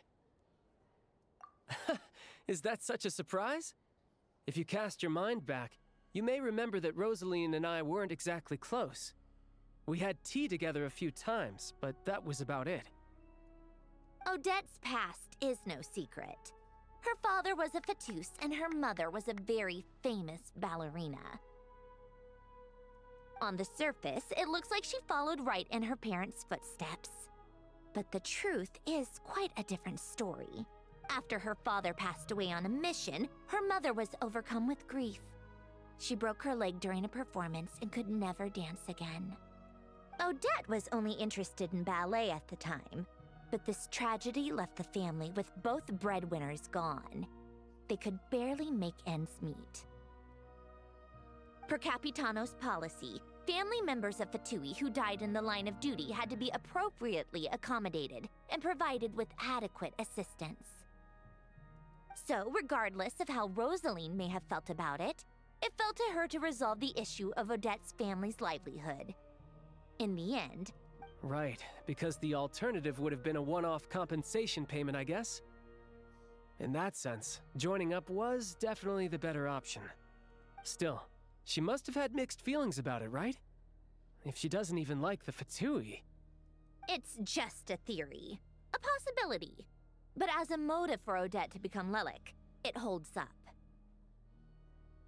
That said, I have no idea where Odette's head is at right now, or what her conflict with Rosaline was about. Plenty of people were on bad terms with Rosaline. I have no intention of trying to figure it all out. Yes, but there's not much point in discussing that now. Yeah, back to Lelik. Since our investigations so far have turned up next to nothing, we've got nothing to lose by trying a new angle. Funnily enough, Tonya and I had actually made plans to go to the theater tomorrow to watch Odette's rehearsal. Which means you can go in my place. No point wasting the ticket. Plus, you'll get to meet Tonya. Spirit Seeker. Quite the classic ballet. It was passed down through Odette's mother's family for generations, though it hasn't been performed in years. But Odette's been practicing it diligently, and it's finally ready for a return to the stage. Excitement is through the roof. Tickets for the official performance sold out long ago. Tonya's excited for it too. She's desperate to see it no matter what. Personally, it's not really my kind of thing, but since she's my little sister, I had to figure something out. I've actually seen it several times before. The story's pretty straightforward. The lead character follows a trail of clues left behind by a spirit, gradually recovering her memories along the way. It's a tale of love and regret. So not exactly reinventing the wheel, at least by today's standards. But when that classic melody kicks in and the lead character begins to dance, it always gets me. It really is beautiful. Not an easy dance to do justice to, though. I know it's always been Odette's dream to perform this piece, but I'm not sure she's really ready.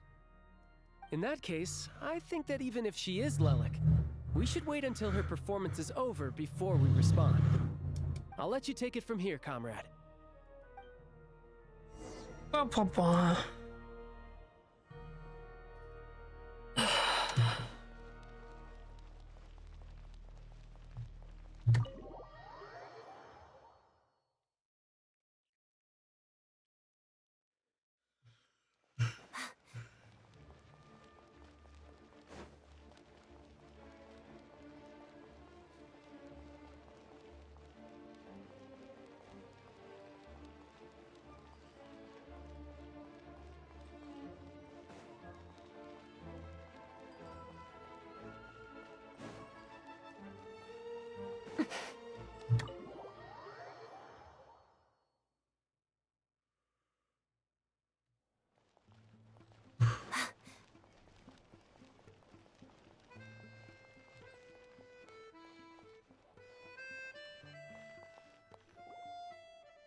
Sounds like you've made a ton of progress today. It's good that everything's going so smoothly.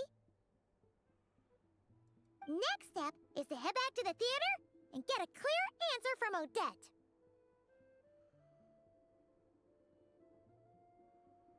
Either way, Paimon doesn't get the sense that she's a bad person.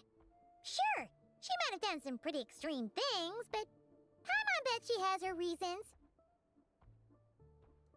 Maybe this is going too far, but like, with everything she's managed to do so far, wouldn't it make more sense in theory to be even more, you know, heavy-handed? Why leave a letter when she could, well, we know there are plenty of other ways to keep people in line, right? The point is, she could have gone further, but she didn't. So, if it is her, she's got some principles at least. Yeah! Well, all you can do is follow the facts wherever they lead. No change, really. But that thing Paimon told you about yesterday? Paimon feels like she can sense it more clearly now. Hearing you talk about your day makes Paimon itch for an adventure. If only she could be there with you so we could experience it all together. Yeah, I wish you could be there too. I'm not used to adventuring alone. But don't worry, we'll get to the bottom of this. Guess it's just one of those things. Never mind. Paimon will behave herself and keep resting. Good. If Odette is Lelek, she may well have inside information on Project Stuja. Her father was involved with the project's early implementation and tragically died in the process. It's hard to imagine she could have gotten this far without knowing anything at all about the Tsaritsa's true intentions. When she spoke to us as a member of the Fatui, only time will tell. Maybe tomorrow everything will be answered. Hey look! It's snowing! Could be a tough day ahead. Make sure you wrap up warm tomorrow. Okay.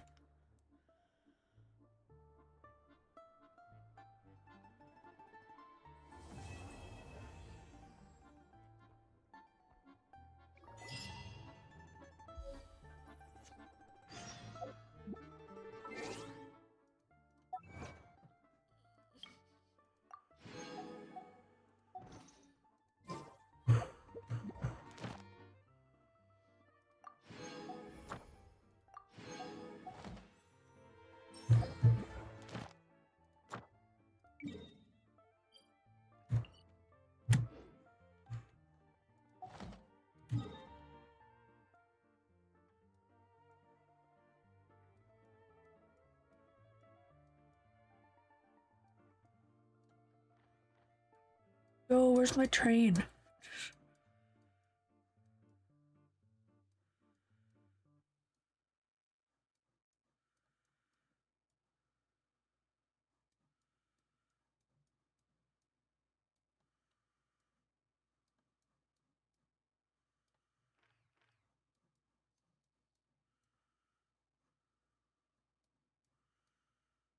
Am I just blind?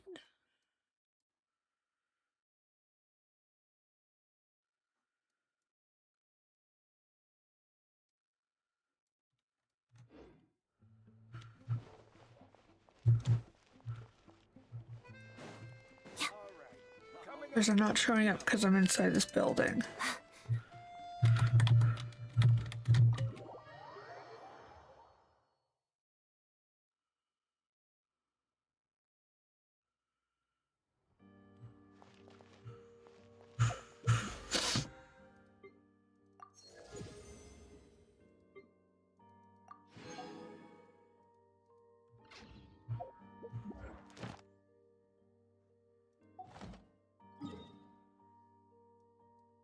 There it is.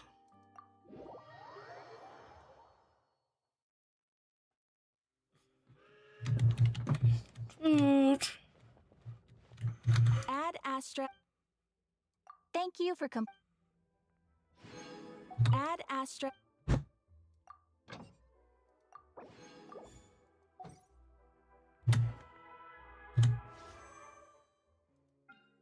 Monodette sword.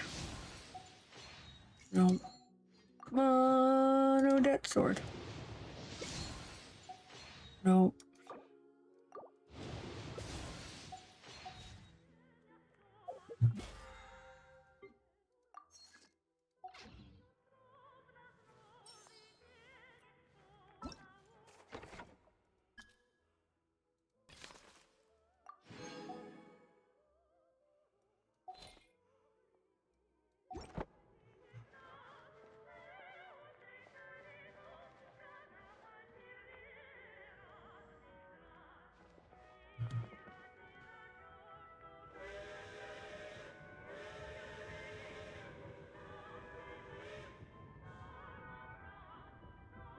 Well, I am actually feeling myself getting a little tired. So I'm going to Well, if that's all, probably I'm going to go end rehearse. soon. Or end now, I guess, would be the right way to say it.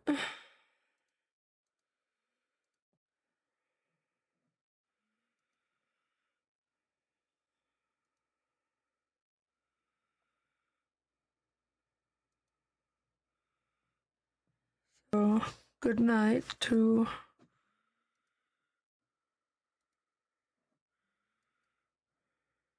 everyone. Everyone, I guess, being just Frog and anyone who watches the VOD.